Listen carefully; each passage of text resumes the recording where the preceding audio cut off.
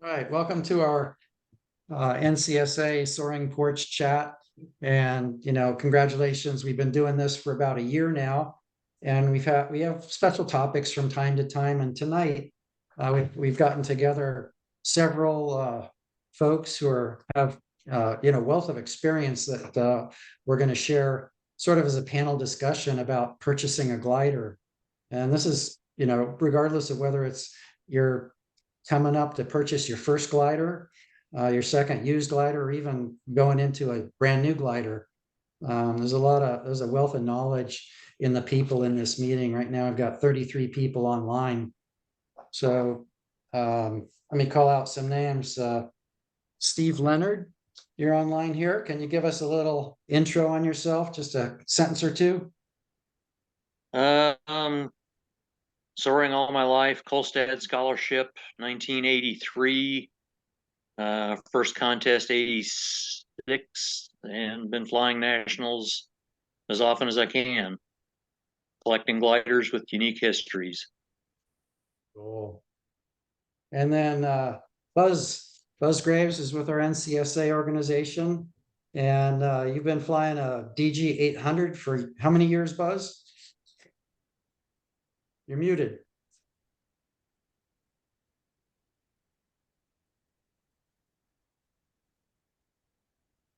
So you're muted, Buzz.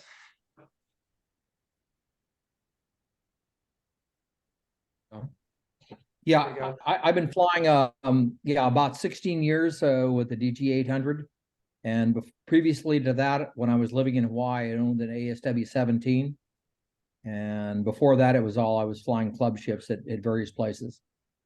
Hi. Thanks, Buzz. And Carrie Porter, another motor glider owner. Tell us a little bit about you, Carrie. Yeah, I've been flying for just over 3 years. Decided to focus on flying after I pseudo retired from the computer technology industry. But mine's kind of a unique story. I decided to purchase a plane before I knew how to fly. And as it turned out, I picked up a complex, very wonderful aircraft, the Pipistrel Taurus M. So that's my story. And he's also has the sweetest hangar I've ever seen to put that Taurus in. We're gonna throw parties in there. Philip Lee, you got your first glider from a fellow club member and one of the instructors down at Hollister, and then you moved up.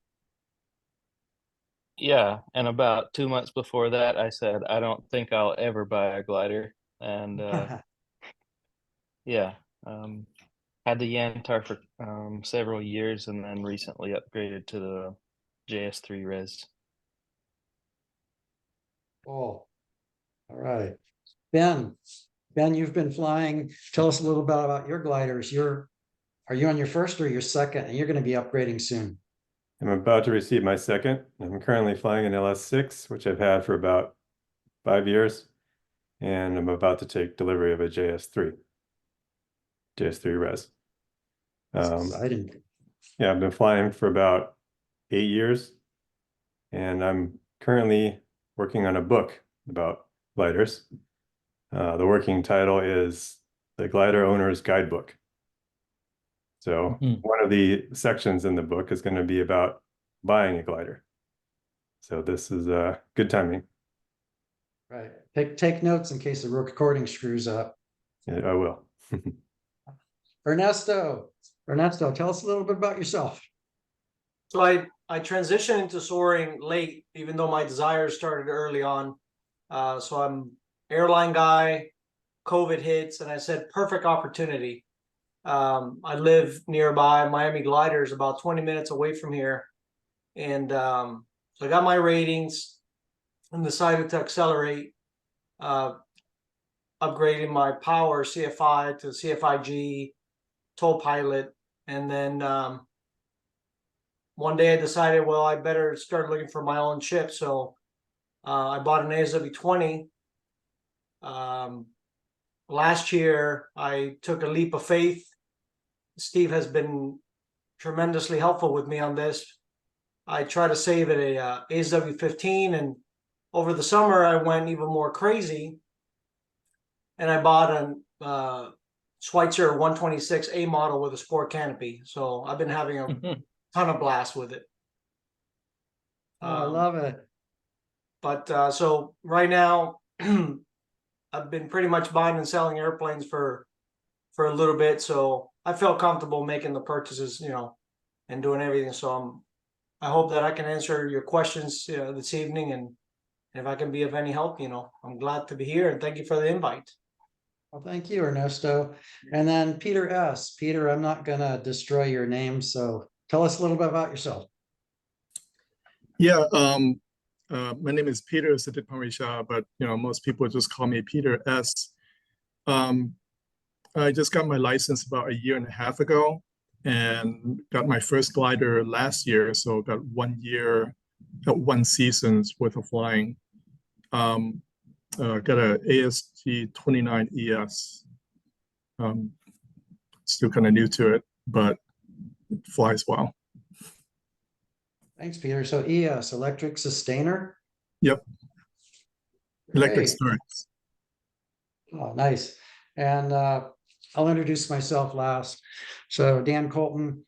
I got my pilot certificate in 1981. So it was a little over 40 years ago, but like many people, I took 25 years off in the middle, came back a little over 10 years ago, and I bought an ASW 20, and I've had that for the last 6 years. This will be my 7th season with it, and it's been a great experience. Lovely ship. So let's roll into this.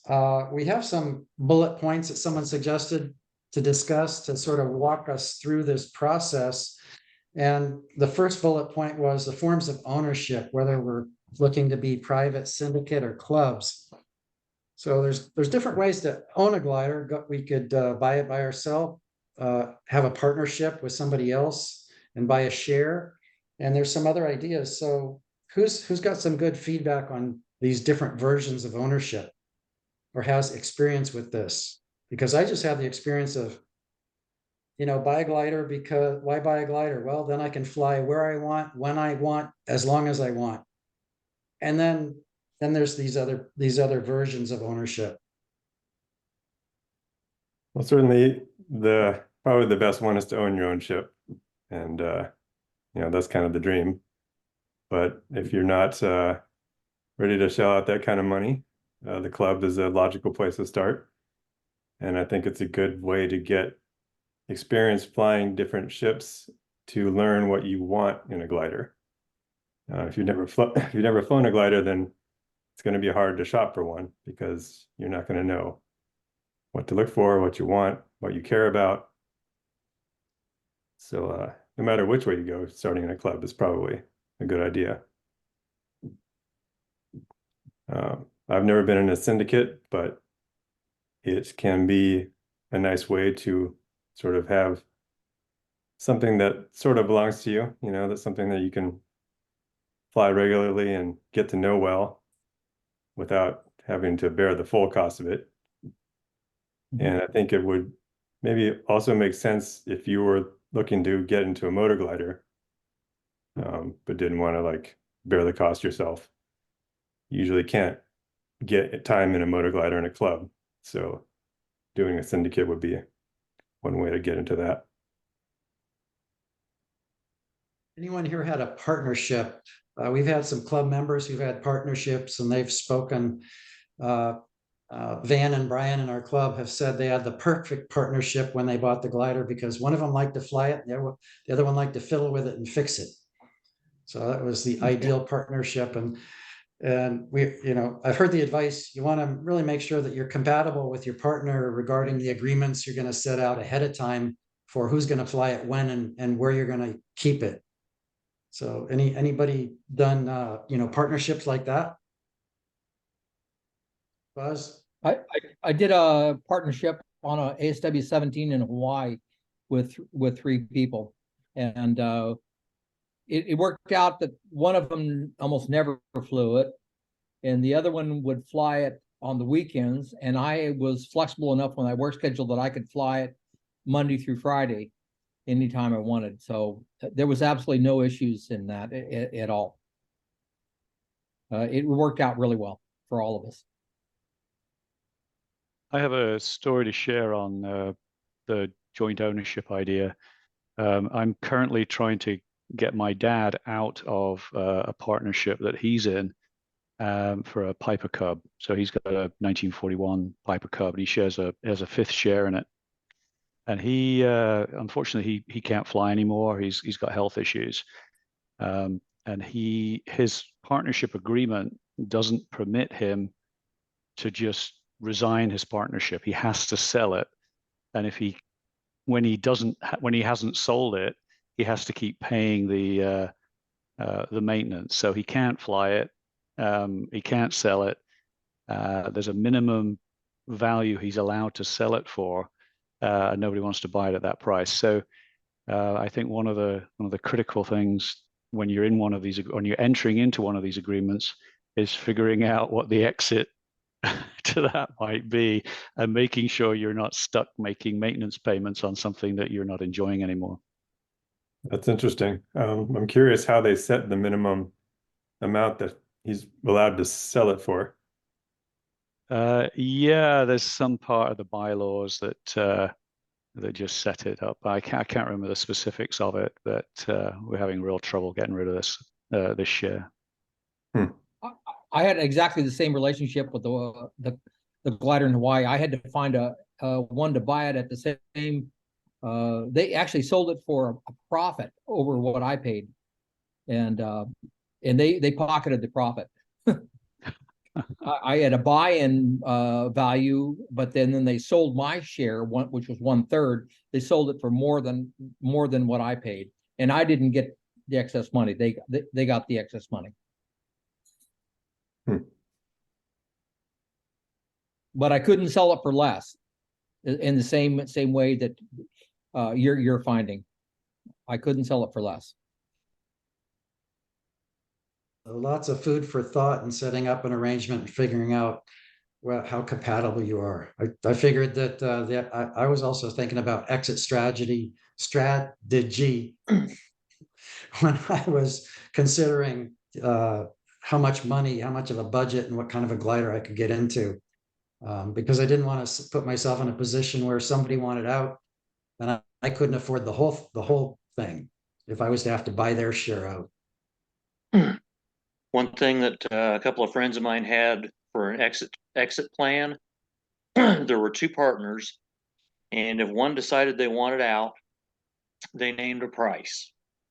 The partner had the choice of buying at that price or selling you their share at that price.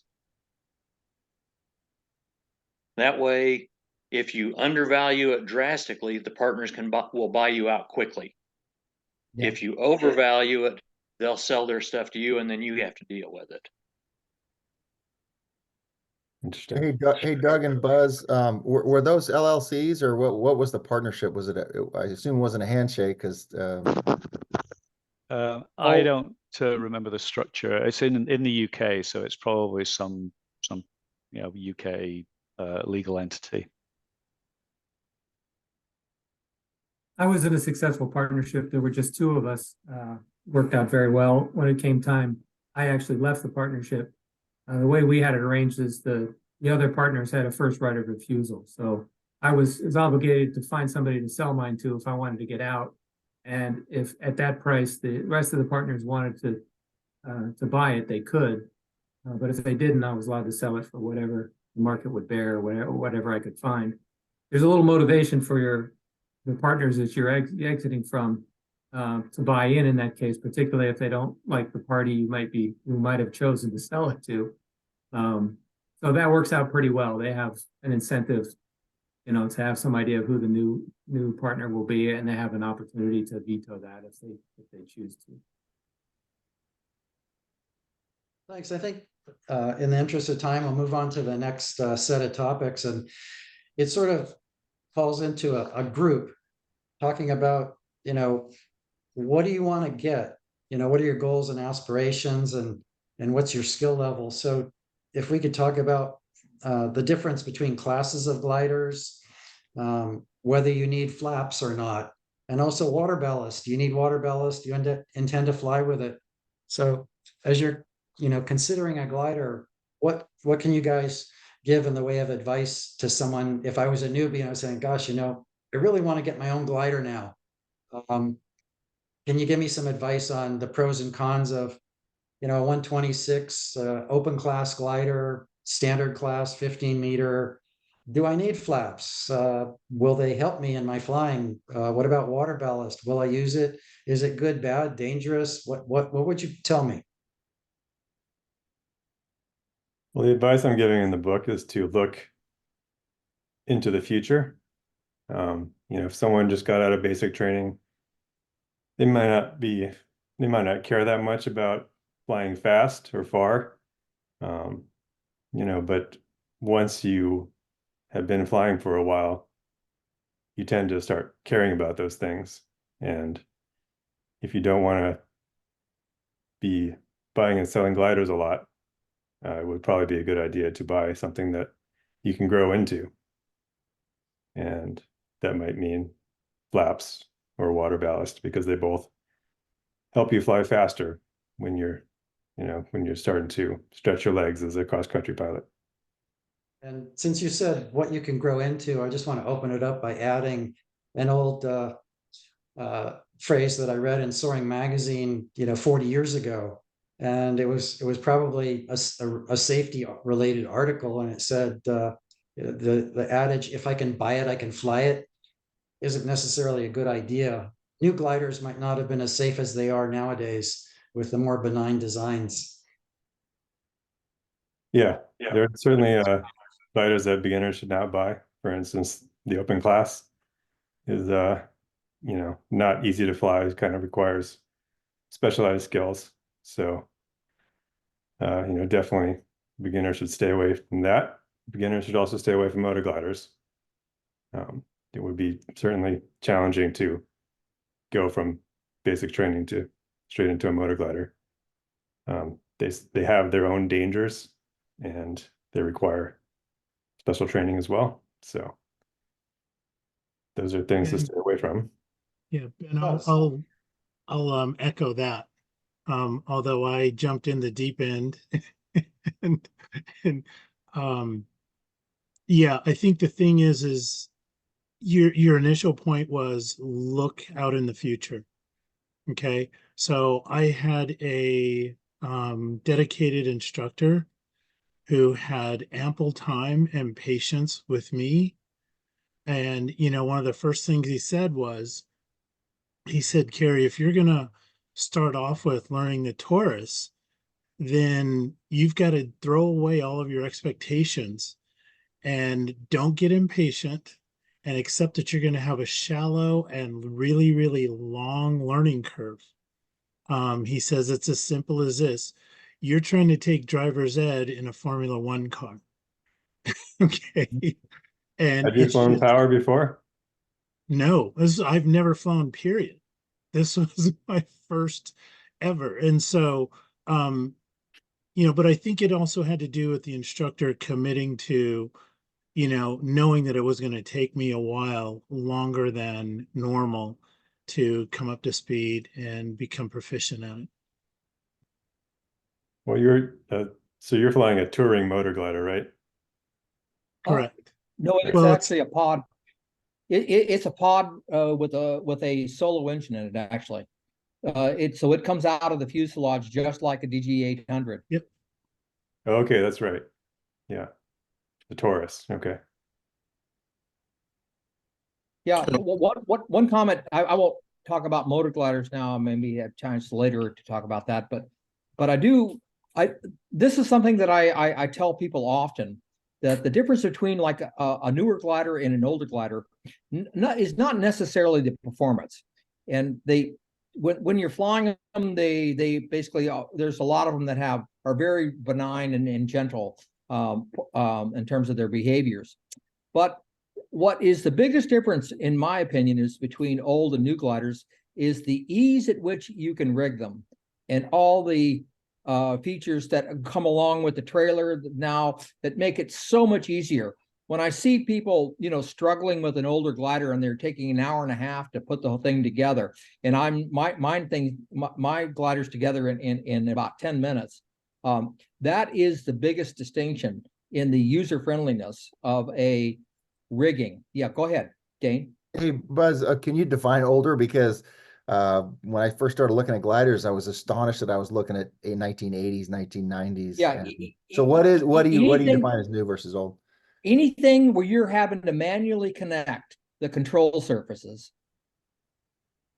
after assembly, and it's not an automatic sort of engagement as you put the wings in and the various pieces together. That's the distinction between old and new, in my opinion.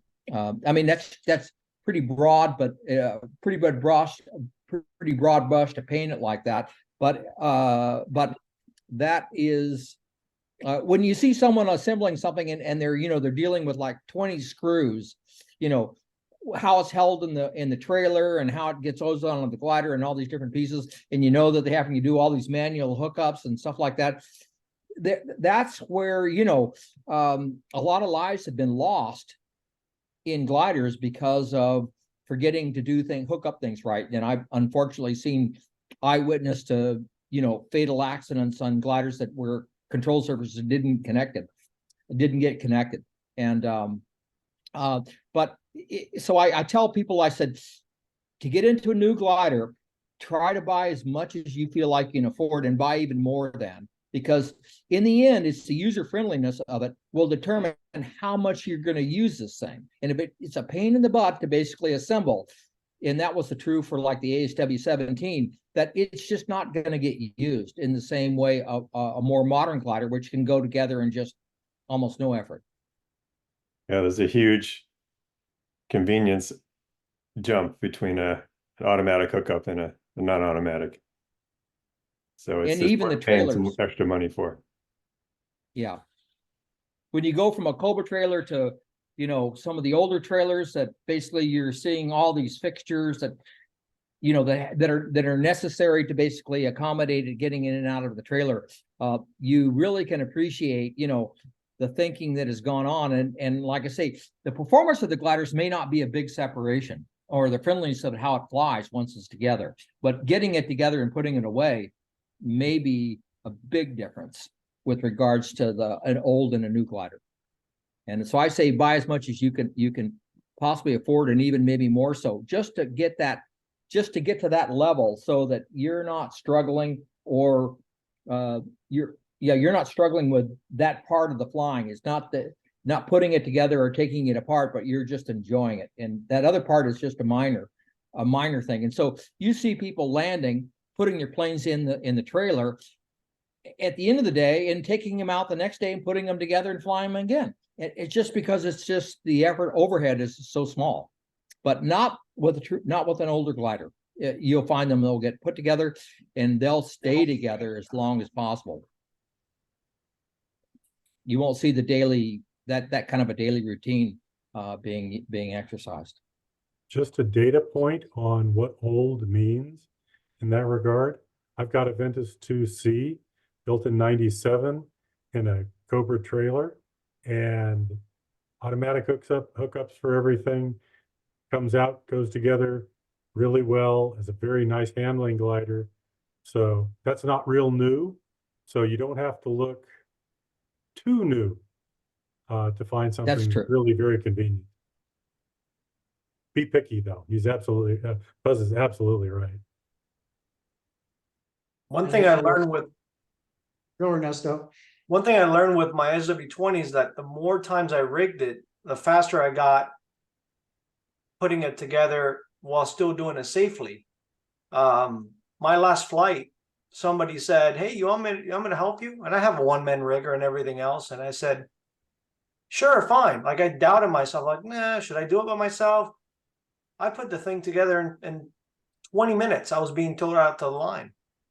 But I was pretty much rigging it every day in and out of the trailer. And I have a clamshell trailer, Comet style. And, so it is the fluency as well you know, and also being in your zone and not being disturbed. I tend to pause and relax and, you know, wipe something down and I take my time. But if I'm in the zone and I'm rigging pretty much every day, I can have the glider ready in 10, 15 minutes. If somebody knows to help me and somebody knows exactly where to pick it up and how high to put and this and that. And it's come to that. The other thing that Dane was asking on the previous subject, if it was LLC, I typically recommend my customers, even in the syndicate, to do LLC for liability and many other potential taxes and et cetera, benefits. Let's jump into motor gliders. Carrie, Buzz, and anyone else who's owned a motor glider, love to hear your experience, advice, and you know, pitfalls. I'll let Well, Buzz go there's- first. Yeah, there's a perception, you know, there's a perception about, you know, a motor glider is gonna save me some money because I'm not gonna save it on tows. Well, that's completely bogus, because the extra money you pay for insurance and the extra money that you pay for the plane and the annuals and things like that don't necessarily, it doesn't necessarily add up to basically you're saving money. But what you are opening the door to is like the recent thing I did with going down to Coalinga, and also Philip did going down to Avenal, completely flying at a different field, completely independent of everything. And you could also say, well, there's also moments too, like the discussion on Minden, you know, who's going to be first in line. I mean, I've gone to Ely before with my motor glider, and, you know, just that morning, as I taxied by everybody so I could take off, you know, there had been a fist fight between two glider pilots who were basically, you know, the tensions on the flight line with who's first and who's going to get to go and stuff like that. It can sometimes get really unhealthy. And I've certainly enjoyed being able to just taxi right by all that and take off. And so those are the positive things that actually come from a motor glider. It's the freedom to basically try new things.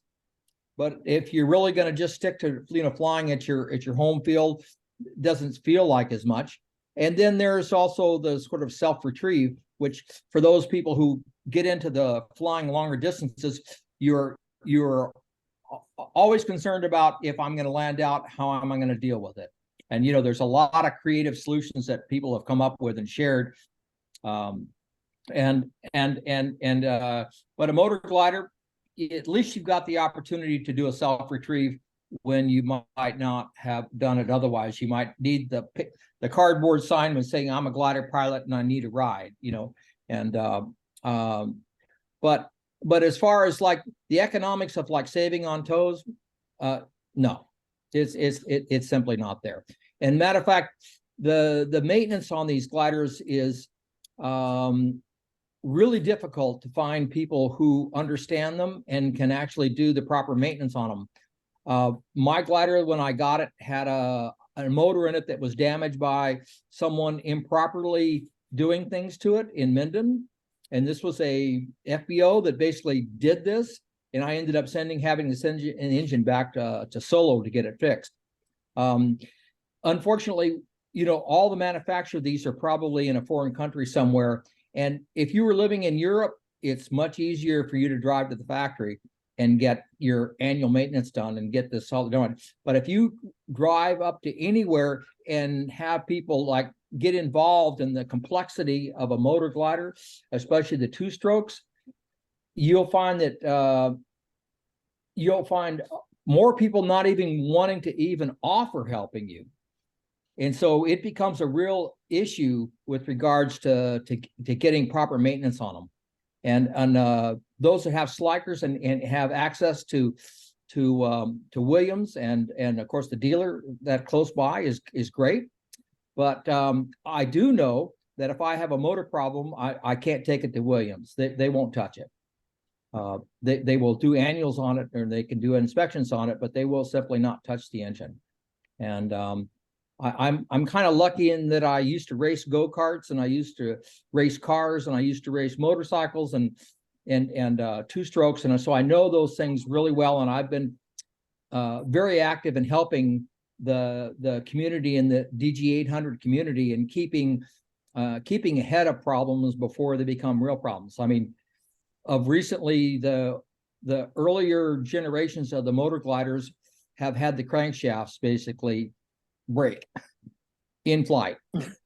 And there's a number of them now, and they're starting to happen with increased frequency now, as especially around from the era around early 2000s to a little below that. The motors are basically dying in a catastrophic way. And I can't really so in recommending a motor glider for a person, there's different kinds of motor gliders. There's classes of like touring motor gliders, which have the engine on the nose and you just feather the prop. That's one type. But the type like I fly, it's very complex and it's not for everyone. You certainly I've turned down offers on my plane when I put it on the market because I didn't really feel like the people who were wanting to buy it, they had deep pockets, no flying experience, and wanted to get into this thing and kind of drive it like they drive a car. And I just said, no way. I'm not going to sell this to you. This is not really where you should be starting out. Glad to answer any questions on a motor glider. Thanks, Buzz. I don't have experience. Go ahead. And then, yeah, go ahead, Carrie. Yeah, I think, no, Buzz, you bring up some good points. My priority was on independence, as you said, right? It wasn't so much in the cost of tow. It was the independence. To be able to taxi, take off, right? And, land, taxi, take off again without needing ground crews, without needing a tow plane. That's what I was looking forward to. So that was my priority. The second one is, it's an additional safety feature. And that is, before you make the decision to land out, you still have one more option, and that's to, extend the motor and go back up. But we always go into the mindset of that motor may not start. Okay. So we're just like a pure glider. We're always picking a place to land. And then if the motor starts, yay, now we can go back up. But that was an additional safety feature for me. Yeah, I can't emphasize this point enough. Buzz is right. These engines are so unique. The majority of them come from over in Europe. And when something breaks and something goes wrong, when you find the right resource who knows it and can fix it, hang on to them, pay them whatever they want to charge you, and worship them because they're your saviors. So yeah, those were my big points. I don't see, and it is complex, right? I mean, when I got into the Grobes to me were, I'm looking for more buttons and more things to do. There's not a lot to do in there compared to the ships that Buzz and I fly. So, but it does add that level of complexity and that additional knowledge and comfort and expertise that's required to fly it. Thanks, Carrie. Before we jump off of motor gliders, just one other thing on considerations for safety, since you guys, Buzz and Carrie, were just talking about, we're still looking for a place to land. We're not, I think, Buzz, you gave me the advice. You said having a motor glider, you're forced to fly more conservatively, because once you put that pod out, give us your 2 cents worth on that train of thought. Yeah. So if you look at the accidents in motor gliders like mine, which have a pod, and also like the Taurus and also the Arctis and all those things, like you're finding actually more fatalities in those gliders than you are in conventional gliders, because and these gliders are basically landing with the engine out. And with the engine out, it's effectively like you've just pulled the spoilers out and you can't put them away. And therefore it changes the whole dynamics of flying a pattern. If you ever want to experience what it's like, throw your spoilers on full somewhere before you enter the pattern and not let go of them the whole time into landing. And you'll find out that it's much harder to judge, basically, and hit your landing spot more accurately than you can when you're in that particular configuration. Yeah, and it's amazing. Whenever there's a motor glider involved in an accident, first thing I look for to see if the engine was out, and almost all the time, the engine was out when they landed. Yeah, And rules and regulations say you're not supposed to, and all the POHs, you're not to land with the engine out. So yeah, something drastic had to happen. But Buzz is absolutely right. I've practiced the emergency procedures in my ship by turning off the ignition while the pod was extended and the propeller is spinning. And guys, it's like putting up a sail in a sailboat. I mean, my my L over D came down so quick. It was kind of scary, but it was definitely um, um, a learning experience. But yeah, that's it's problematic. But you got to also look at the time that, the times that you will have that engine extended, right? Is, the most dangerous part is when you're taking off, right? And you're close to the ground, but once you get enough altitude, you should be fine.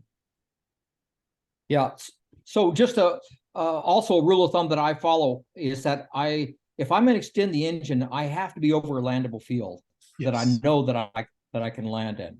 Yep. And I have to start the procedure of pulling the engine out at 2000 AGL, which is giving up 1000 AGL over most people, whether they're going to do a pattern. So that was the kind of conservative part that which Dan mentioned. You have to fly, when you decide to put the engine out, you have to provide an extra altitude margin in order to handle the circumstances that it's going to not work. And that usually happens. I usually am on downwind at 2000 AGL at a known landable field is when I deploy the engine. And then if it comes out, then it's a no-brainer. But if it doesn't come out, then I'm prepared to land on a known landable field with the engine out, which I've had to do before. I've had actually problems. I did have a problem with the engine. Well, actually, the motor that retracts the engine stopped working on me, and I ended up having to land, back at the airfield with the engine out. Okay, thanks, also Buzz. practice that as well. Okay. I want to just ask one more question and then move off of motor gliders and get into the cost of a glider, all the annual stuff. What do we have to budget for, and what kind of a glider can we get? What are the big buckets? The $15,000, $30,000, $50,000, $100,000, $200,000 buckets. So Philip, if you're listening, could you open your mic and tell us what's your experience been? Because you're the guy, you're the newest transition to a self-launching glider, and you've been taking advantage of that a lot. So tell us about your experience going to that and how that's impacted your freedom and your safety. I'm not, well, yeah, I went from a pretty cheap glider in like the $20,000 range to more than 10 times that. It Yeah, I don't know. Everything was very different. I'm not sure exactly what you want to know, but it was almost like starting over from scratch. I'm still learning how to land again. It lands completely different. It flies completely different. All the speeds are completely different. It's a motor glider. It's not just a motor glider. It's an electric motor glider. So I can't really even ask many people for advice. I put it together differently. I mean, yeah, there's a ton of stuff, ton of stuff to learn. I don't know which part people would be interested in. Philip, I it think might be that's- helpful for some of the newer pilots if you talk more about the cost of the Yantar. That's kind of more of a starter glider. Yeah. So that one was pretty cheap, not only because, it's in the $20,000 range, but also because I only bought half of it. I paid for half of it. So I had another one of those partnerships where the other guy basically never flew, paid 50% of everything, and I flew almost 100% of it. How much were you paying for insurance on that ship? Oh, I think it was about $1,000 a year. The costs were not very much on that, you know, property taxes, obviously not very much either. So you Maintenance split was very, $1,000? yeah. I'm paying about 1,400 for my LS6 on an insured value of 55,000. Be curious what other Yeah. people are paying. So Yes. I'm paying 1180 on the ASW20 insured at 45, and that's with an open pilot policy. I want to find Ernesto, ping me on who's insuring you.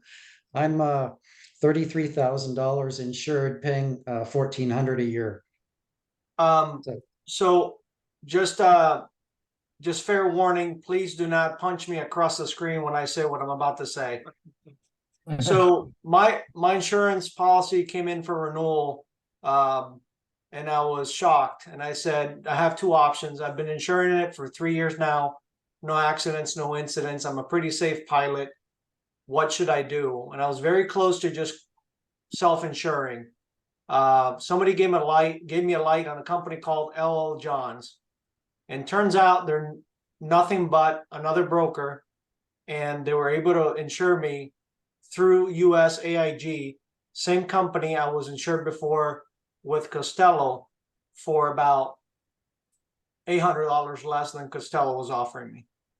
I had the same experience. I shopped around a little bit, and LL John's had the best price at the time. Yeah, and it's the I'm pretty same. happy with them. It's the same, US AIG that's insuring the glider. Nothing has changed except the broker. That's it. Right. I've had a Same couple of here. small It's claims just with the them, and broker. they've been great about it. So Yeah, no, they were amazing. The follow up and everything. On the 126, I said, you know what? Why not? Let me just insure it, because I'm letting other newcomers here, Miami Gliders, use the 126 and letting them enjoy the open cockpit experience, and whatnot. And I'm paying about $650 for an open pilot policy on it at $8,000 insured. So unfortunately, I did walk away from Costello this year after 2 years with them. yeah, I paid to shop around. Yep, it does, sure does. I mean, it's a lot of money. So the buckets that we're talking about for people who are looking to get into it, their first glider, is there's the entry fee, which is buy the glider, and then there's the annual, the ongoing fixed costs. So you'll have an annual inspection that's going to run you $200 or $300. You have to consider also the hours on the glider, because once you get to 3,000 hours, then you've got a huge fixed cost for an extended airframe inspection. So that's a big chunk of money, and there's a whole nother story about getting ready for that, and building that into the price of the glider that you're going to buy if it's getting close to its 3,000 hours. After you got your maintenance cost for the annual, what else do we have? We've got the insurance. We just talked about that. Shop around. You're likely going to have your own parachute. So you're going to pack that twice a year and be spending around $100 twice a year to pack your parachute. What are the other fixed costs, guys, that people need to be aware of? New gliders have a bunch Storage of at the glider taxes. Taxes. So Yeah. I pay 300. I'm paying $300 a year in property taxes to the county for mine, off of $33,000 in value. It depends, what you're claiming for property tax. But another thing that I learned is sales tax. So sales tax applies to a new glider, but not a used person-to-person transaction. Yes, and also the trailer itself. So this was kind of not shocking to me, but when I showed up to the DMV to get the trailer registered, they wanted $4,000. Like then, I said, "Give me your credit card. I'm gonna charge $4,000 to give me my license plates." So don't forget about that. Yep. Every Glad I got government a used organization trailer. likes its sales tax. Yep. And it is notable too that, every state is different. There's obviously venues and options. Some customers decide to register it under an LLC in Delaware. I just had my first experience with that. I simply said, you have the option. What do you want to do? And they were like, no, we definitely want to do it. They were buying a Bonanza, about $160,000 syndicate, and they had their reasons to do it that way. And you know, that works too. And everything got registered under Delaware, and it's like nothing ever happened. You know, I just Wow. they bought the glider, I mean the Bonanza, and that's it. That was the end of that. Someone asked about storage costs in the chat. Yeah. I pay $50 a month at Hollister to keep the trailer there. So that's unassembled. I Yeah. think that's the going rate in our region is it's either $50 a month or $75 a month, unless you're getting an annual club discount. Mm-hmm. No, sounds about right. And We with do the movies. Go, Steve. with the discussions on insurance, combined hull and liability is basically going to run you about 2%, 2 to 2.5% of your insured value. Your combined hull and liability policy is going to run you about that. All right. The numbers that I heard of $1,400 on a $55,000 hull, that was 2.5. That's 2.5%. So if you're going to carry hull insurance on the thing, you can count on about 2.5% per year. And And I it did depends some somewhat on your informal. experience level and your history. Yeah. Yeah, when you're just starting off, you're a higher risk to them because they don't have any history with you. And one thing I learned about if you have a partnership and your partner has an accident and files a claim, that is likely going to ding you because you are in that partnership. Yeah, I your was told insurance about that. costs I will was go up. told about that through my policy with Costello, and I learned firsthand about it. I had had 2 claims because of canopy damage, and Costello would not write a new policy for me or any policy that added me to it for 3 years. Hmm. I had been with them for 25, 26 years, and unfortunately I had 2 canopy losses in a 10-day time period. Hmm. So Hmm. keep in mind on a partnership, your partner having an accident could affect your insurance rates as well if you have something outside of that partnership. Yeah. It was one thing I learned shopping around when I had an accident before I purchased my glider. And when I was purchasing it, Costello said they wouldn't touch me for 5 years. But as I shopped around, I found a broker that would touch me. Yeah. Well, there's also another one for those that are getting on in years like myself, that there is an age limit. Now, if I'm grandfathered in because I've been paying, but if I got out of not paying insurance, good chance that if I went back to get insured, they wouldn't insure me. And I've heard many stories about people that have fallen into that trap. And that, yeah, and you know exactly what age that is. I don't know a solid number on that, but I think it's probably if you're in the order of 70 years old and you're going in for a policy for the first time, you're probably going to have a trouble. Interesting. Good to know. And Buzz, that's also happening to regular powered aircraft owners, Yep. regardless of the age. The only company that's respecting and honoring the length that you expend with them and how much time you've devoted to them is Avemco. Everybody else will cut you off at a certain age. They will no longer insure you. That's right. That's right. And I'm 75, and I'm grandfathered in. If I decided to go back for another policy with Costello, I seriously doubt they would actually offer one to me. Yeah. There's a great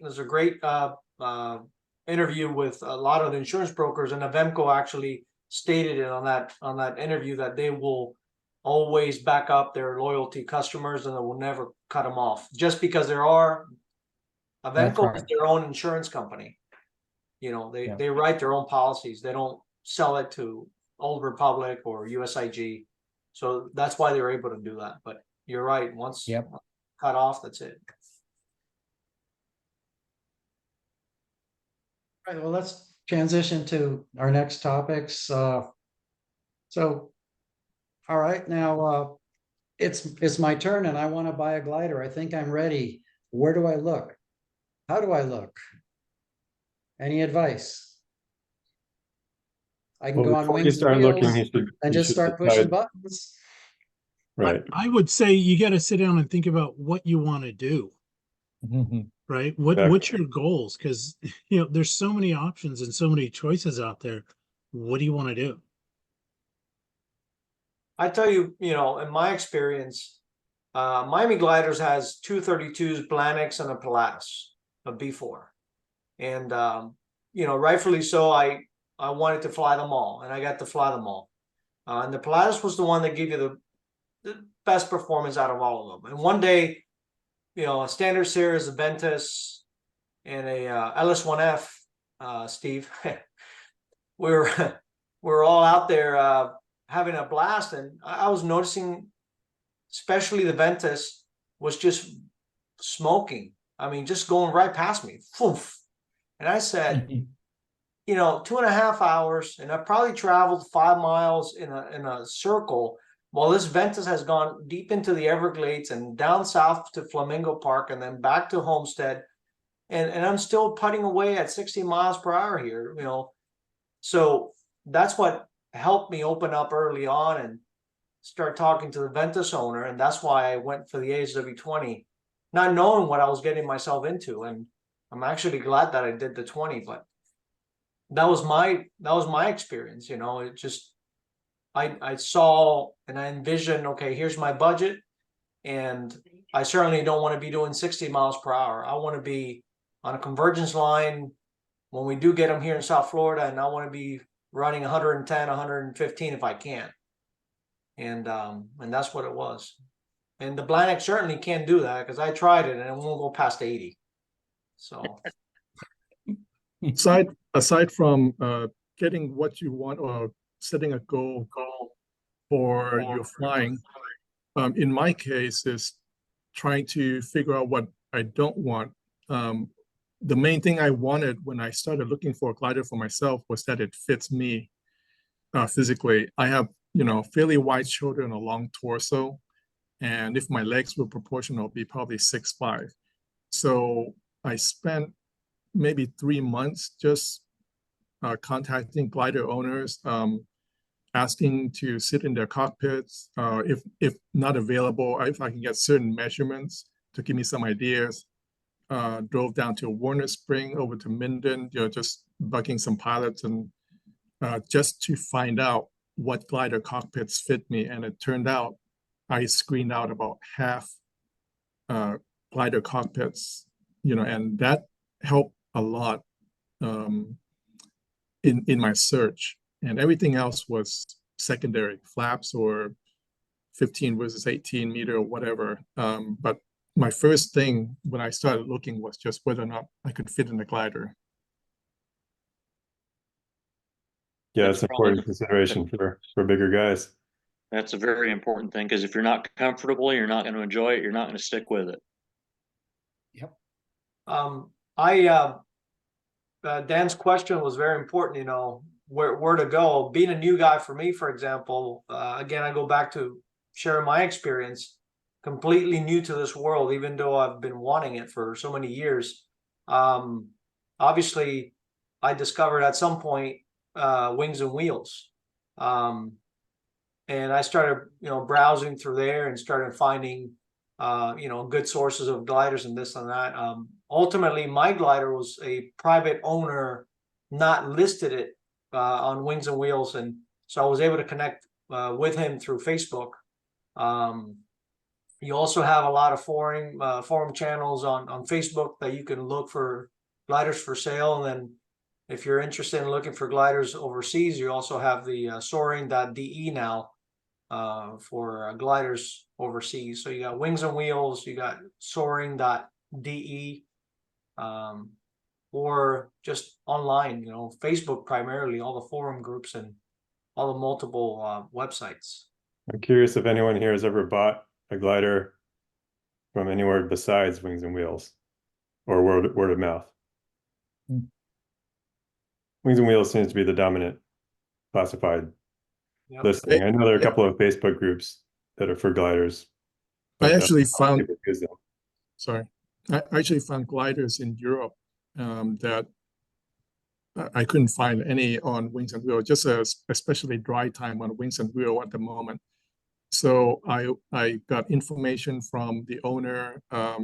We corresponded quite a bit, and I contact Rex Mays, whether or not he could help me import it because it was a Schleicher glider, and that actually turned me to the other direction because he had his own, contacts of what gliders were about to be sold, and he was able to, set set me onto different gliders that were coming to his attention. So word of mouth helps.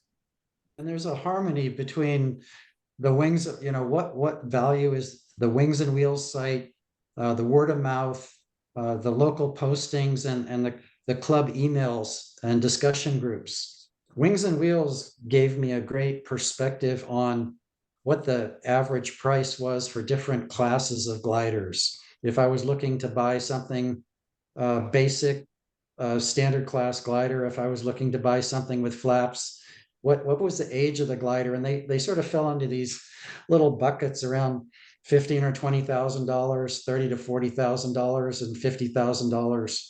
And if any of those were my budget, what general type of glider would I find? Then Wings and Wheels also showed me, where they were, what kind of condition, and it gives me a good sense of the price. But then the word of mouth thing, I sat down with Peter Dean up at the Truckee Airport for a couple of hours over lunch, and he really coached me on thinking about, what were my goals and what type of glider would satisfy those goals now, and something I could grow into to sort of get my head around, what am I really looking for? Is it something like a 126? Is it something like a DG 300? Is it something like a Discus? And to calibrate myself for now and for the future. Steve, I'm really interested in what you have to share about this because you do pick up gliders from time to time. So I think you've got a good, how do you hunt? When Wings and Wheels doesn't have what you're looking for, the FAA registry will tell you who's got what you're looking for. There's a guy over in England, Richard Causey, has a website where he's got production lists for Schleicher, Schempp-Hirth, and JS sailplanes. He's got the registration number history on each serial number. You can take that, go to the FAA registry, find out the owner. You can look and see if that person's been flying the plane. If they haven't been flying the plane, that's a good way to look and see if they might be interested in selling it. A lot of my purchases have been when I got my Zuni, 1980, end of 86. I was looking at sailplanes. I was looking at 301 Labels, ASW-20s. Thought a little bit about Zunis. Banks weren't loaning money. So I got in touch with the guy that had a Zuni because George Appleby told me he was looking to sell. I asked him if he'd consider financing. He said not. He said no. He called back a week later. He said, "What were you thinking about?" I told him, and he said, "Nah, interest just complicates things. I found this '67 Mustang that I want to buy. So can you bring $3,000 in cash and a $7,000 check, and then the other $5,000 will finance."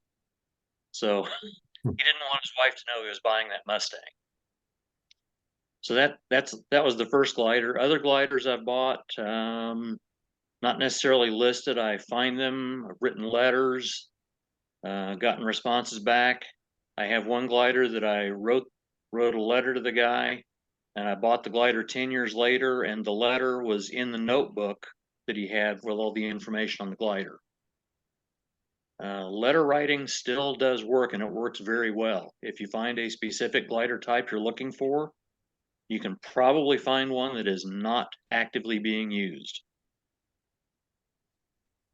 And write a letter, give them a stamped self-addressed envelope, give them your phone number, your email, everything you can to try and get a hold of them. Try and give them an easy path to get back in touch with you. That's a good tip if you know what you want. Yep. Once Curious if you know anyone- what you want. Dane, you got your hand up. Yeah. So, okay, we're talking about Wings and Wheels. I've been perusing for a year and a half, and one thing I've been thinking about recently is resale. I see ships that go fairly quickly, and I also see ships that have been lingering for a year, 18 months, and stuff like that. Is that something you guys consider when you're buying it? You know, am I going to be able to get rid of it when I'm ready to upgrade or something like that? What kind of thought do you put into that?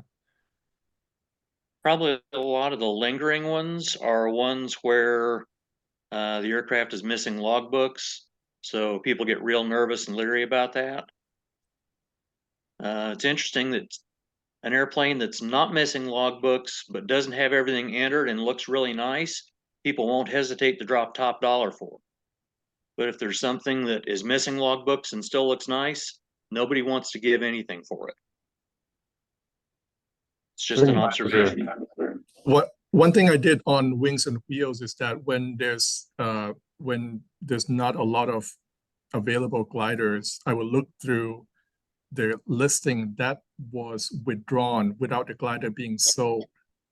So I would look up the tail number, FAA, get the contact, and just basically contact the person directly. Hey, is the glider still available? You posted up a while back, but you took it down, so that's another lead. Yeah, I do an awful lot of searching in the canceled, not renewed, canceled, not sold, and sold. Sometimes things don't get classified properly. And if you can't get contact information, Wings and Wheels will forward a note from you to the person that listed it. So you can contact Wings and Wheels and say, I'm interested in this airplane, but it's no longer listed. Can you forward my request to the lister? And they've done that for me.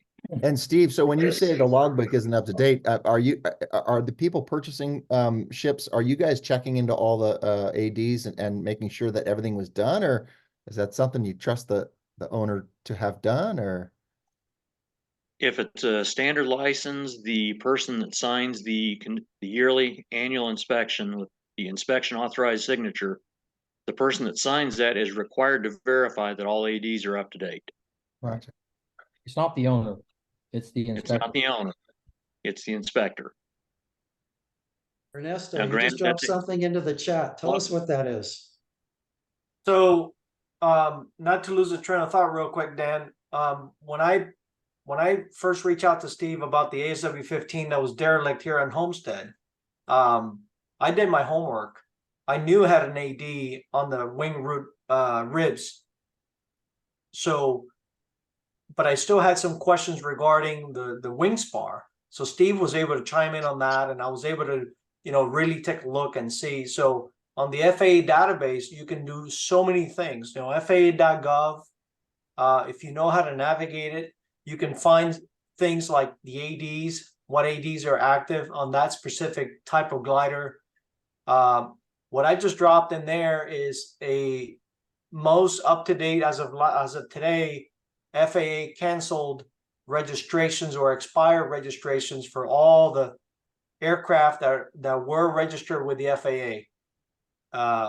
Let it understand that there some airplanes have effectively disappeared from the FAA database, so they may not all be there. But if you go through that list, and if you're looking for an ASG 29, if you're looking for an ASW 20, an ASW 15, 126s, 232s, you name it, it's going to be on that list, including powered, non-powered balloons, helicopters, gliders, even drones, by the way. If you want to buy a drone, now they're required to have an FAA registration. They're going to be on that list. Thank you for dropping that. So everyone grab that out of the chat if that's of interest to you. Download it before we end the meeting. Let's jump into, okay, thanks for all the advice. Now I've picked my glider and I've called the guy and I've told him, okay, I'll meet you down at the field next Friday and let's look at it. And I'll bring a cashier's check. But okay, so now what am I going to do when I see this thing? What am I looking for? How do I do that in-person inspection?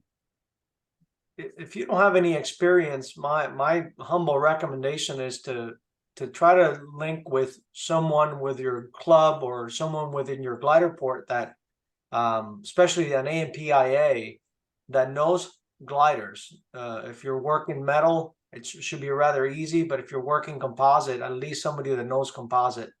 And have that person go with you. It doesn't have to necessarily be, we're going to close the deal now.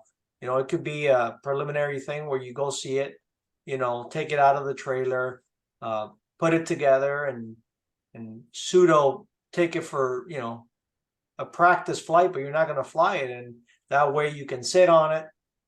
Like Peter was saying, you can test fit yourself if you've never seen one, if you've never been in one. Like, for example, in my ASW20, I've never seen one in my life. So that's the first thing I did. And I actually, the first picture I ever took of it was me sitting in it. So I wanted to make sure that that was a good fit for me. And of course, you want to look at the logbooks. If you've never seen logbooks before, don't be intimidated by them. You know, they're simply the history of the glider from day one until that day that you're there. Some logbooks may be missing, and that's where Steve Leonard was mentioning that, you know, that could start to bring issues with resale value, you know, and reasons why gliders sometimes don't sell.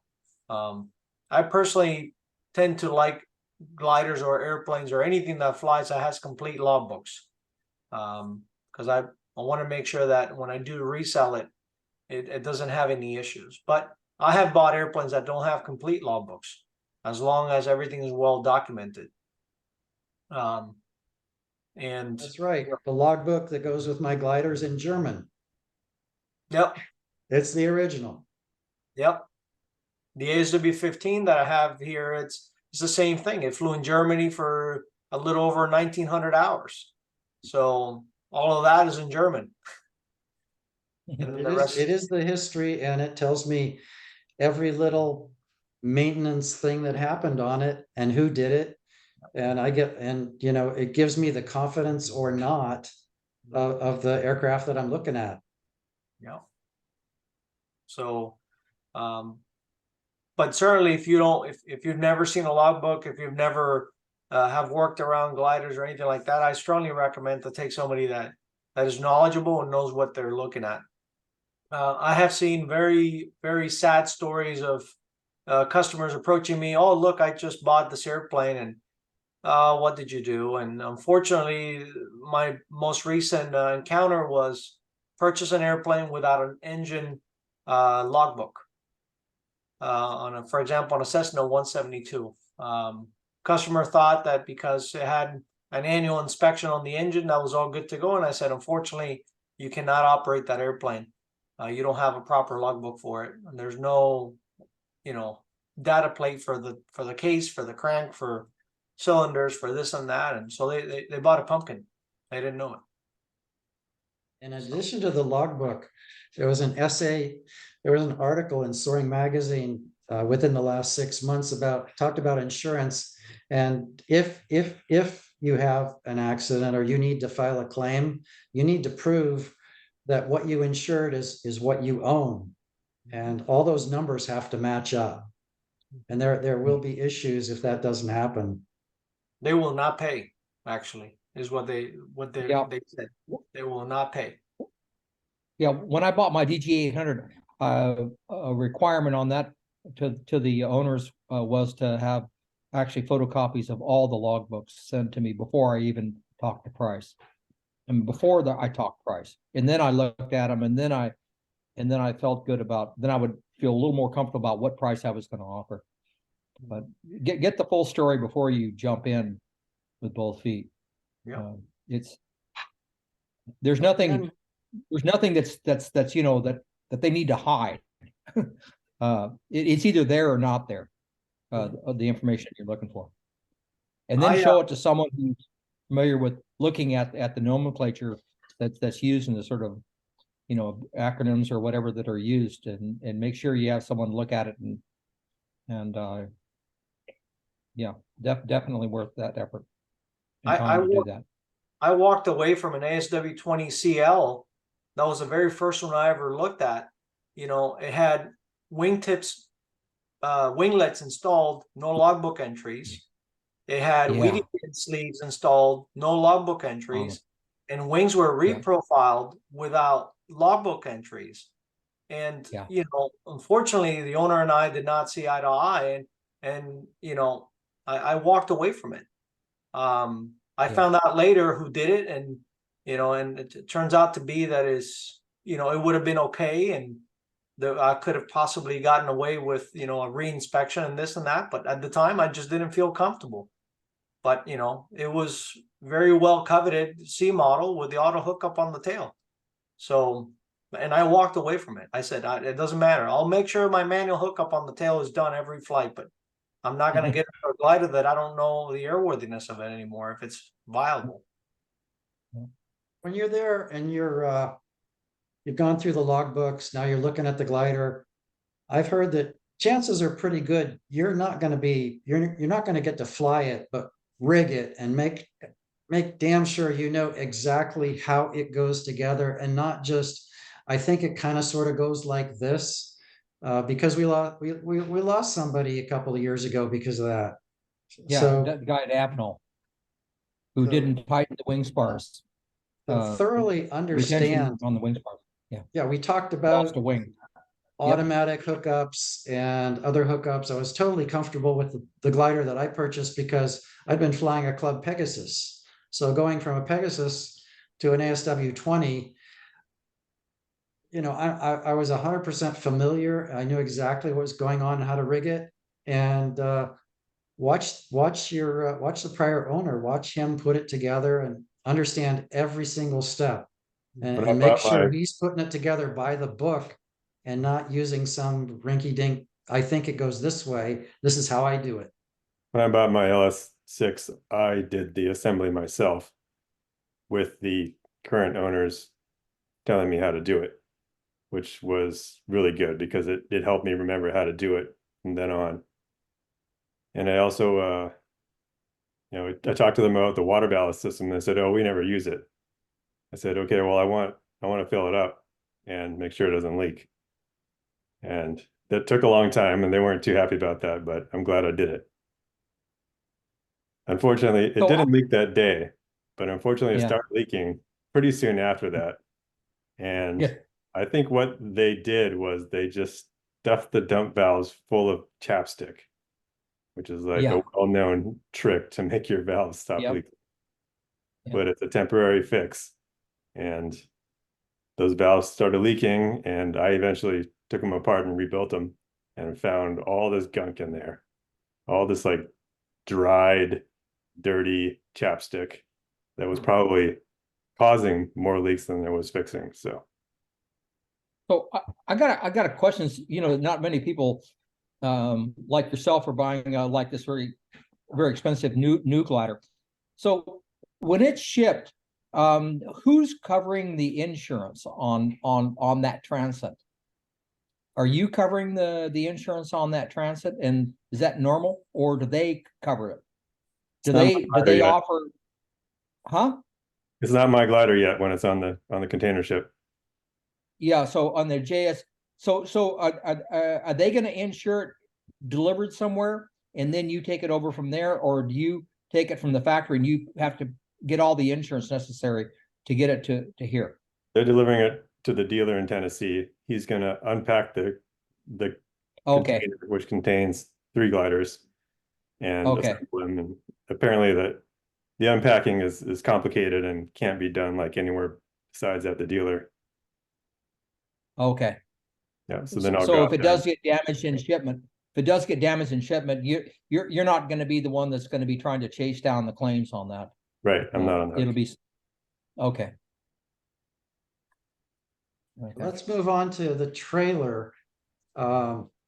There's some stories about trailers, and I think most everybody is not only insuring the hull, but they're also insuring the trailer.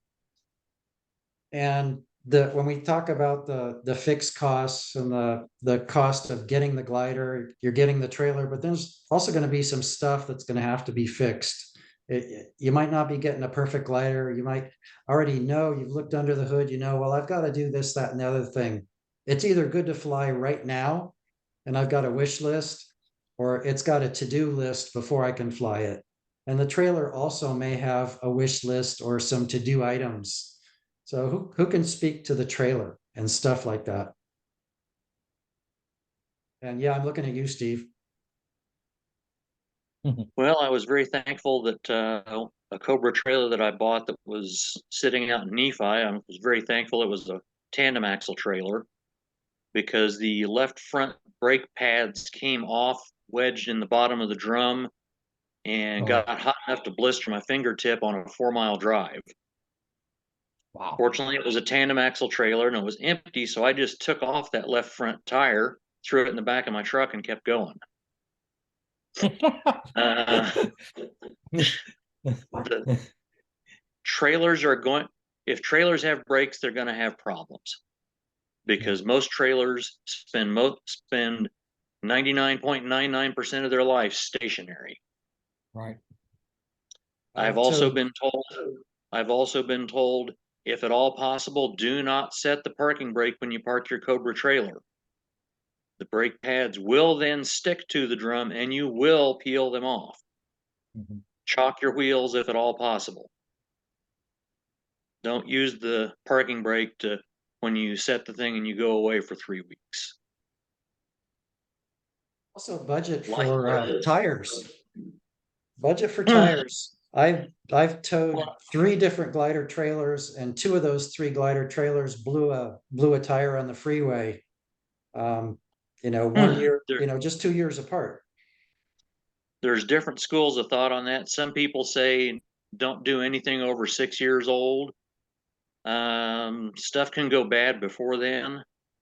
The first place I look is down at the base of the tread. I think that seems to be where the cracks will form first. If you see any cracking there, consider the tires suspect. And before you go anywhere, plan on getting them replaced. Sidewall cracking will happen way after cracking down deep inside the tread. And the cracking in the tread will probably happen first, where you go from being flat against the ground to going round around the trailer. So it might not be a bad idea to make people at the glider port think you're crazy, and every month take your trailer out, hook it up to your car, drive a lap around the airport, and then park it again. Yeah, the older trailers basically use the same type of bearing as a front wheel of a car. It's like a tapered bearing that basically you tighten the things, and those are prone to rust. And the Cobra trailers have a sealed ball bearing, and there's no way you can actually add grease to them. They are literally permanent. But I've seen most of the problems with the Cobra trailers have come from the brakes. People frying the drums and things like that, just as you described, Steve.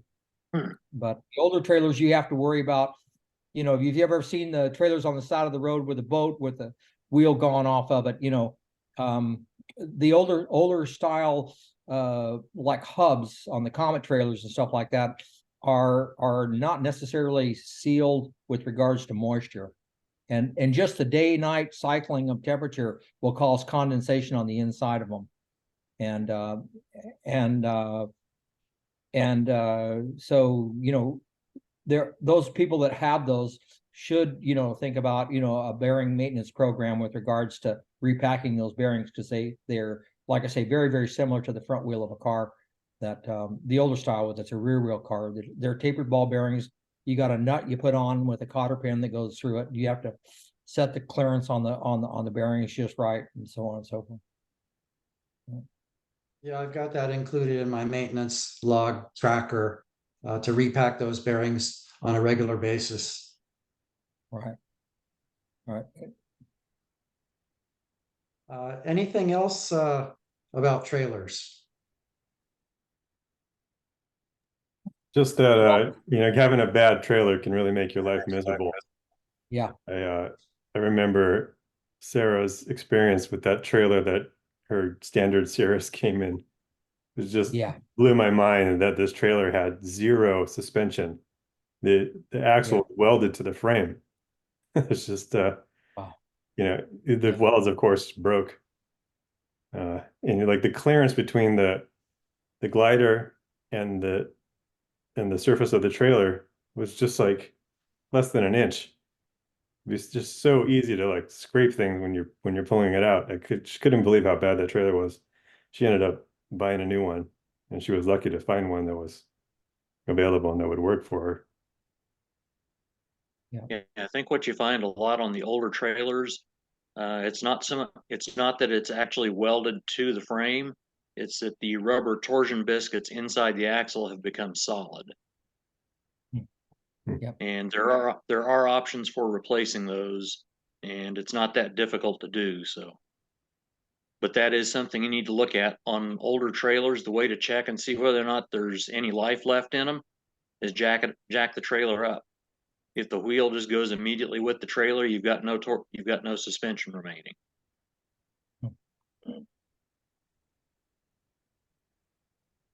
Okay, and then bullet item, almost to the end. What to do after the purchase? Who threw that on there? Who's got some thoughts about, okay, now I've purchased my glider, what next? Now what do I have to do?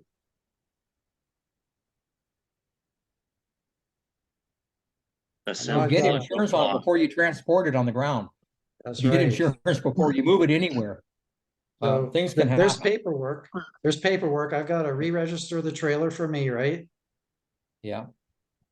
Now I've got the FAA. I've got to update the owner for the aircraft. What else? What other paperwork do I have to do? If it's You got to register experimental, with the I have to think FAA. about, yeah, go Yeah, Buzz. I mean, the FAA basically you're going to need to declare that you own that plane. Well, you And in submit addition to that, you submit the bill Yeah. of sale and registration application. If Yeah. it's experimental exhibition racing, you may have to notify the your FSDO, and provide a program Right. letter for the aircraft. Right. Yep. and the program letter that I submit, and the original program letter defined where the glider could fly and what it could do. So there was like a region until it got a certain number of hours under its belt. And then that got expanded, but I still have to commit. So the program letter is an annual commitment that we have to file. The registration is, okay, now it's mine. But the program letter, we have to know which FSDO to send it to. Mm-hmm. Yeah. Before you can get insurance, they're going to require that you get a cockpit check if you don't have any familiarity with that aircraft. And if it's a single place, you're going to have a sign off from an instructor, showing that, documenting that you've been given a pre-flight instruction on how to operate that aircraft. And the FAA and the insurance will require that as well. Yeah, I had to do that when I bought my LS6. So Yeah. I just had Jonathan do a cockpit checkout with me, and it was super quick and basic. Right. Right. And there's an interesting factor on that as well with getting a cockpit checkout. So the person I bought the glider from, it's not a CFIG. And I decided that I was not going to wait around. It was a weekday. So I just hooked up, finished my business, hooked up, and went home. There was nobody here at Miami Gliders that had ever flown an ASW20.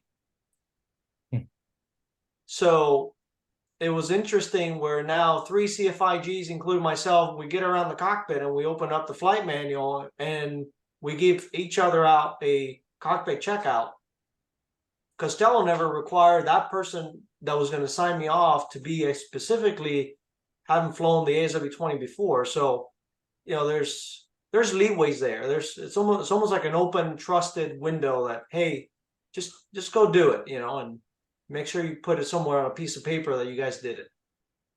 Yeah, So most of my cockpit checkouts have been by CFIGs that do not have time in type of glider they're giving me the cockpit checkout in. The cockpit checkout is kind of like how the FAA requires a flight review. They want the insurance company wants some level of assurance that you've talked with someone else about this airplane and you've discussed what might happen. You've gone through emergency procedures. You've shown that you know where the control grips are, so that you won't grab the rudder pedal adjust instead of the tow release, things like that. That's the main purpose of the CFI cockpit checkout. They don't have to have time in that particular type, but they're another set of eyes helping you look at your new purchase. Yeah, and we got a good message in the chat just now is a new weight and balance. Yeah. And so I did that at Williams, and it's important to do the weight and balance for you with your stuff. Philip, are you still on? You had a weight and balance, but nobody knew how heavy the pilot was the last time that weight and balance was done. For me, it was all, I had all the documentation on the first weight and balance, but the pilot in the glider, the pilot that owned it before me, he was heavier than I was. So I thought the glider would be, if anything, tail heavy as I jumped in, and I'm lighter than him. Ended up, it was actually nose heavy. He was flying it extremely nose heavy, didn't even realize it. So it's important to get a fresh weight and balance with you and your stuff, your parachute, whatever type of gear that you carry with you, to know where you are in the sweet spot. And then don't move the balance point until you get familiar with your glider. If you want to move it and tweak, where you're flying in the envelope. I've read about some nightmare scenarios where people discovered lead weight in the tail that had never been documented, stuff like that. So like, you just want to be sure that the weight and balance is correct and that there's nothing hiding there that could kill you. Yep.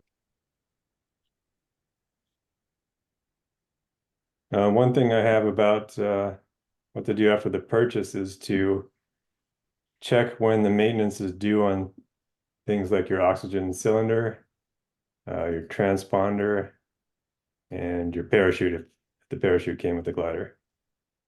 That's right. That's one of those invisible things. It's hard to see where the stamp is on the oxygen bottle to make sure it's within its date.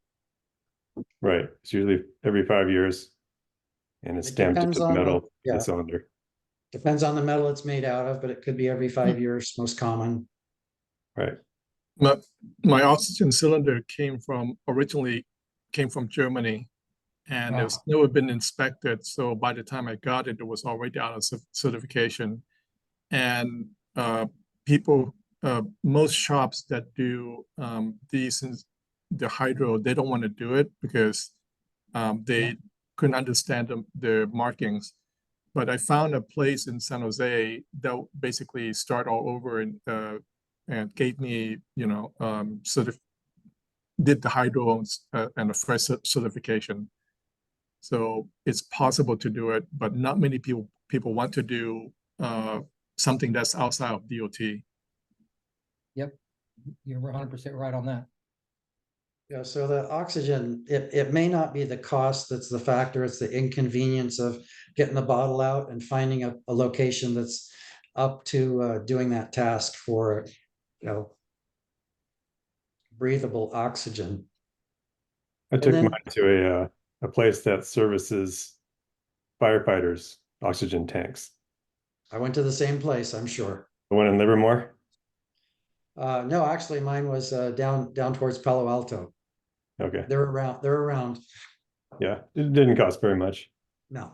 About ordering a new glider, what are the types of hoops you're going to have to go through if you've decided, okay, what I want is I want a new glider, whether it's your first glider's new or you're upgrading? There's a lot of decisions to be made.